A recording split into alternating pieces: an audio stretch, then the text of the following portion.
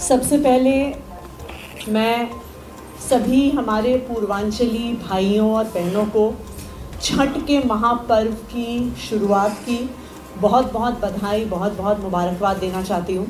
आज से छठ के महापर्व की आज शाम से नहाए खाए से शुरुआत होगी और दिल्ली भर में और देश भर में हमारे पूर्वांचली भाई बहन आज से अपने व्रत की शुरुआत करेंगे। छठ का त्यौहार हमारे पूर्वांचली भाइयों और बहनों के लिए साल का सबसे महत्वपूर्ण त्यौहार होता है।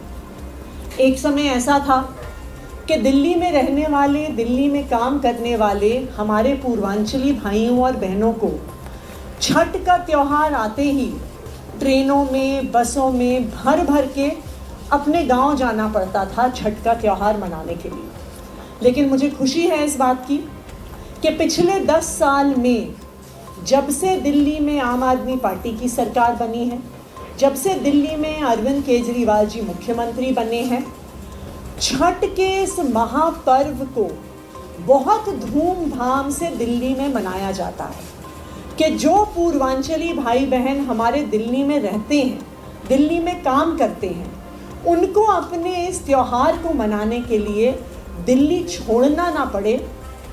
हमारे पूर्वांचली भाई बहन भी दिल्ली का अभिन्न हिस्सा हैं, दिल्ली उनका भी घर है और इसी परंपरा को आगे ले जाते हुए इस साल भी छठ के महापर्व का बहुत भव्य आयोजन दिल्ली में हो रहा है।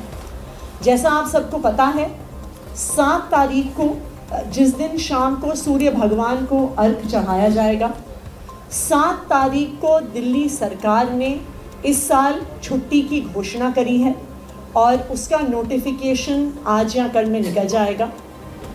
इसके अलावा पूरी दिल्ली में 1000 से ज़्यादा छठ घाट बनाए जा रहे हैं दिल्ली सरकार द्वारा, जहां पे छठ पूजा 7 तारीख की रात को और 8 तारीख की सुबह कराई जाएगी।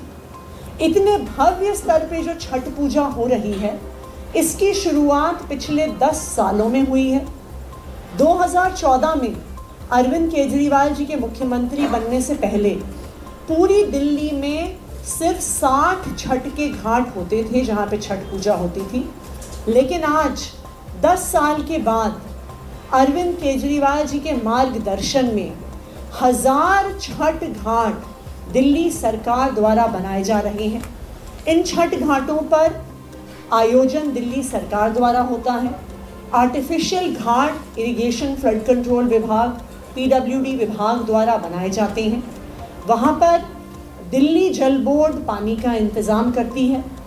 मेडिकल सुविधा भी दी जाती है। जो बड़े छठ घाट हैं वहाँ पर हेल्थ डिपार्टमेंट द्वारा डॉक्टर्स, नर्सेज को डिप्लॉय किया जाता है। इन छठ घाटों पर दिल्ली के राजस्व विभाग द्वारा पूरा टेंट, लाइट, साउंड का अरेंजमेंट होता है। जो भी बड़े छठ घाट हैं वहाँ पर मैथिली भोजपुरी अकादमी के माध्यम से कल्चरल प्रोग्राम्स का आयोजन करवाया जाता है। तो दिल्ली में कहीं पर भी अगर हमारे पूर्वांचली भाई बहन रहते हैं, उनको अपने घर से 1 या 2 किलोमीटर की दूरी से ज़्यादा नहीं जाना पड़ेगा छठ पूजा करने के लिए, सूर्य भगवान को अर्घ चढ़ाने के लिए और अपने त्यौहार को मनाने के लिए। और मुझे खुशी है इस बात की कि दिल्ली सरकार के इस आयोजन की वजह से आज छठ का त्यौहार सिर्फ हमारे पूर्वांचली भाइयों बहनों का त्यौहार नहीं है, सभी दिल्ली वासियों का त्यौहार है और सभी दिल्ली वासी इसे बहुत धूमधाम से मनाते हैं। Thank you. दिल्ली में क्राइम रेशियो बढ़ रहा है। कल भी एक घटना हुई है जिसमें फायरिंग हुई है और इससे पहले भी कई सारी घटनाएं हुई हैं। जो ये क्राइम रेशियो दिल्ली में, राजधानी में बढ़ रहा है, इस पर आप क्या कहते हैं? दिल्ली में एक बहुत क्लियर कट संवैधानिक व्यवस्था है। संविधान का आर्टिकल 239 AA ये कहता है कि लैंड, लॉ एंड ऑर्डर और पुलिस केंद्र सरकार की जिम्मेदारी है और बाकी सब सब्जेक्ट्स, बिजली, पानी, स्कूल, अस्पताल, शिक्षा, सब दिल्ली की चुनी हुई सरकार की जिम्मेदारी है। अब भारतीय जनता पार्टी की केंद्र सरकार की समस्या ही यही है कि उनका सारा जोर सिर्फ और सिर्फ दिल्ली की चुनी हुई सरकार के काम रोकने में जाता है, अरविंद केजरीवाल जी और आम आदमी पार्टी को परेशान करने में जाता है।